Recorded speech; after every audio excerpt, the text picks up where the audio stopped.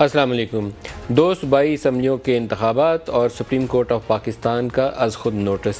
आज जो समाअत थी वो मुकम्मल होगी और फ़ैसले के मुतल्लिक़ पहले यह था कि शायद आज ही सुनाया जाएगा, लेकिन अब कल सुबह 11 बजे इसका ऐलान किया जाएगा, फ़ैसला सुनाया जाएगा। उसकी रोशनी में आइंदा के लिए कब इंतखाबात होने हैं, किसने ऐलान करना है, तरीक़ाकार भी वज़ा हो जाएगा और तफ़सीलात भी सामने आ जाएंगी। मेरी नज़र में 4 बड़े सवालात ऐसे हैं जिसको सुप्रीम कोर्ट को अपने फ़ैसले में एड्रेस करना पड़ेगा। एक तो 90 रोज़ की आइनी शर्त है, जो आइन पाबंद करता है कि 90 रोज़ के अंदर इंतखाबात करवाने हैं। उसके ऊपर तरीक़ाकार क्या होगा, इसके सुप्रीम कोर्ट के फ़ैसले की रोशनी में वो तय हो जाएगा। ये तो मेरे ख़्याल में पहला और सबसे बड़ा सवाल है जिसको सुप्रीम कोर्ट को एड्रेस करना है। दूसरा, स्कीम ऑफ इलेक्शन जो है, इलेक्शन का दुरानिया कितनी, कैंपेन कितनी होगी, कब नॉमिनेशन पेपर्स आएंगे, छपाई कितने दिन दरकार है और इलेक्शन का अमला कैसे कैसे पहुँचेगा, ये दूसरा बड़ा सवाल है। क्या इलेक्शन कमीशन ऑफ पाकिस्तान का रोल जो है supreme court of Pakistan assume कर सकती है? मेरे ख्याल में नहीं कर सकती और ना उसको करने की कोशिश करनी चाहिए। ये काम कि स्कीम ऑफ इलेक्शंस कितने दिनों की होगी, तरीक़ाकार क्या होगा, कितना वक्त दरकार है, ये इलेक्शन कमीशन ऑफ पाकिस्तान का काम है, उसी को ही करना चाहिए। सुप्रीम कोर्ट का अपने ज़िम्मे नहीं लेना चाहिए। तीसरा, गवर्नर्स को इसका इख्तियार है कि वो इंतखाबात की तारीख़ का ऐलान करेंगे। कंसल्टेशन उन्हें इलेक्शन कमीशन ऑफ पाकिस्तान से दरकार होगी। क्या सदर पाकिस्तान को इख्तियार दिया जा सकता है? तीसरा बड़ा अहम सवाल है, क्योंकि सदर साहब ने आज सुप्रीम कोर्ट के सामने, उनके वकील ने कह भी दिया कि KPK को लिखा जाने वाला ख़त वो वापस ले रहे हैं, KPK के गवर्नर ही करेंगे। पंजाब के मामले में एक आइनी भाम है जिसकी सिर्फ वजाहत होनी है, किसी भी सूरत वो इख्तियार सदर पाकिस्तान का इंतखाबात का ऐलान बहरहाल नहीं है।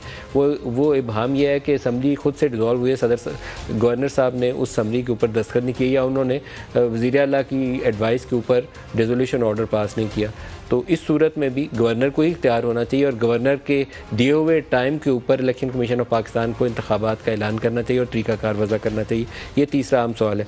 चौथा, जो बहुत ही अहम नुक्ता है जिसको आज एड्रेस नहीं किया गया, आज सामने आया, एक वकील साहब ने शायद नून लीग की जानब से ये सवाल उठाया कि सेंसस का आगाज़ हो रहा है। सेंसस 1 मार्च, कल जब ये फ़ैसला सुनाया जा रहा होगा तो 1 मार्च ही पहला रोज़ है सेंसस का। ये चौथा बड़ा सवाल है जिसको सुप्रीम कोर्ट को अपने फ़ैसले में एड्रेस करना चाहिए। सेंसस क्या नज़रअंदाज कर देना चाहिए या इसके ऊपर नज़र रखनी चाहिए? क्योंकि ये 2 सूबाई असम्बलियाँ अगर पुराने सेंसस के तहत ही, पुरानी मरदमशुमारी के तहत ही इंतखाबात हो जाते हैं, पुरानी हल्का बंदियों के ऊपर, ठीक है, हो जाए, कोई बात नहीं। लेकिन जो अगले जनरल इलेक्शन हैं, इन्हीं सूबाई असम्बलियों में कौमी असम्बली के इंतखाबात हो रहे होंगे, वो नई मरदमशुमारी और नई हल्का बंदियों के ऊपर होंगे। ये एक आइनी इसके ऊपर शर्त मौजूद है कि जब एक दफ़ा सेंसस का रिज़ल्ट सामने आ जाएगा तो नई हल्का बंदियाँ होंगी, उसी के ऊपर इलेक्शंस होंगे। इस क्वेश्चन को आंखें बंद करके हम आगे गुजर जाएं तो एक बड़ा क्राइसिस हमारे सामने वो मुंह खोले खड़ा होगा। अभी 2 महीने बाद ही, 3 महीने बाद ही, ज़्यादा दूरी के ऊपर नहीं है, जब भी जनरल इलेक्शंस होंगे तो उन्हीं जगह पे पंजाब में भी और KPK में भी, जहां ये इंतखाबी अमल पुरानी मरदमशुमारी के ऊपर अगर कर लिया जाए तो बाद में क्या होगा, इस क्वेश्चन को अभी एड्रेस करना पड़ेगा। पिछले सेंसस के ऊपर सिंध में भी और बलूचिस्तान से भी सवालात उठे थे। अब उस कंट्रोवर्सी से बच के आगे निकलना है। काउंसिल ऑफ कॉमन इंटरेस्ट का इसके ऊपर फैसला भी मौजूद है। तो ये 4-5 ऐसे नुक्ते हैं जिसको देखे बगैर आगे नहीं बढ़ा जा सकता और इलेक्शन कमीशन ऑफ पाकिस्तान का जो रोल है और जो गवर्नर्स का रोल है, सुप्रीम कोर्ट ऑफ पाकिस्तान को उसके अपने ऊपर लागू नहीं करना चाहिए। कुछ इश्यूज़ के ऊपर डायरेक्शंस या वजाहत, आइन की तशरीह ज़रूर दरकार है कि सदर पाकिस्तान का इख्तियार कहाँ शुरू होता है और कहाँ नहीं है, गवर्नर्स का कहाँ शुरू होता है और कहाँ नहीं है। लेकिन दोबारा जो central role election commission of Pakistan का, उसको कंप्रोमाइज़ नहीं करना चाहिए। आज जब केस सुप्रीम कोर्ट के सामने आया तो पंजाब और खैबर पख्तूनख्वा में इंतखाबात से मुतल्लिक़ ये केस है। अवामी मफाद के लिए सियासतदान मिल बैठे हैं। चीफ जस्टिस ऑफ पाकिस्तान ने कहा, जाकर अपने बड़ों से पूछें कि वो आपस में बातचीत के लिए तैयार हैं या नहीं। मुआशी मुश्किलात का जिक्र 1988 के सदारती रेफरेंस में भी था। मुआशी इशूज़ भी हैं क्योंकि इंटरनेशनल मॉनेटरी फंड से ये प्रोग्राम जो है हमारा, वो अभी तक फ़ाइनल नहीं है और आज ही मूडीज़ की रिपोर्ट आई है, वो डिफ़ॉल्ट पूरी दुनिया करती जा रही है। तो हमने डिफ़ॉल्ट अपने ऊपर लागू करना है या उससे निकल जाना है, इसको सियासी जमातों को तय करना चाहिए था। सियासी जमातें सुप्रीम कोर्ट से जाके बात करी, ये एग्जेक्टिव का फंक्शन है, पॉलिटिकल लीडर्स का रोल है। ये नाकामी है उस पार्लिमान की जहाँ इस इशू को डिस्कस करके इसको रिजॉल्व किया जाना चाहिए था। उन सियासतदानों की, उन पॉलिटिकल लीडर्स की जो खुद तय नहीं कर सके, आप सुप्रीम कोर्ट के 17 रुकनी जजों से कहते हैं जाके कि आप हमारे ऊपर फैसला कर दें। कुदरती आफात या जंग हो तो आर्टिकल 254 का सहारा लिया जा सकता है। आर्टिकल 254 में ताख़ीर ताख़ीर पर पर्दा डालता है। अगर ये इंतखाबी अमल जो है 15 अप्रैल जो मुद्दत बनती है असम्बलियों की रिजोल्यूशन से ऑनवर्ड्स, अगर ये 15 अप्रैल तक कंप्लीट नहीं होता और उसकी बजाय ये फर्स्ट वीक ऑफ मई या 15 मई से पहले या 7 मई से पहले कंप्लीट करने का हुक्म आ जाता है, तो ये जो 2-3 हफ्ते का लैप्स होगा, ये आर्टिकल 254 है कॉन्स्टिट्यूशन का, वो इस वक्त को कमी को या जो नाकामी है वक्त के ऊपर इंतखाबात करवाने की उसको कवर कर लेता है।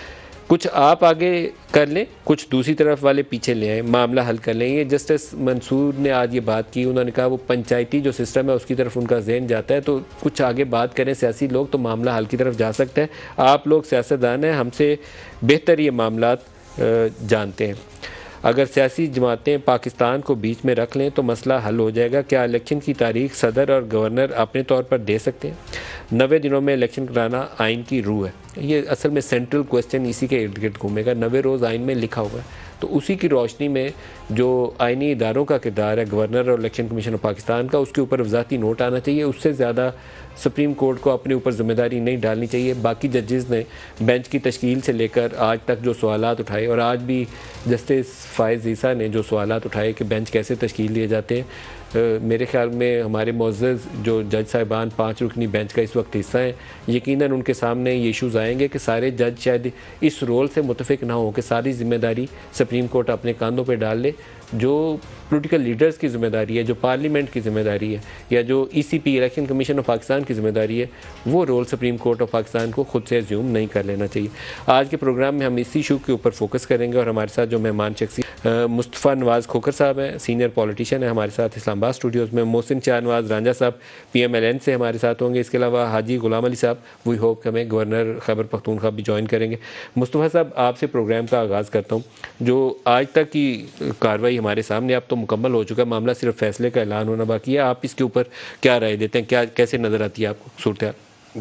जी शुक्रिया मलिक साहब, आपने बड़ा अच्छा अहाता किया आज की सारी प्रोसीडिंग्स का जो कोर्ट में हुआ और मुख्तलिफ औकात में जो जज साहिबान अपनी ऑब्जर्वेशंस देते रहे। एक चीज़ तो बड़ी क्लियर है मेरे ख्याल में, और बहुत सारे लीगल एक्सपर्ट्स का भी यही ख्याल है कि आइन में वाज़िया ये क्लैरिटी मौजूद है कि इलेक्शंस 90 दिन के अंदर होने।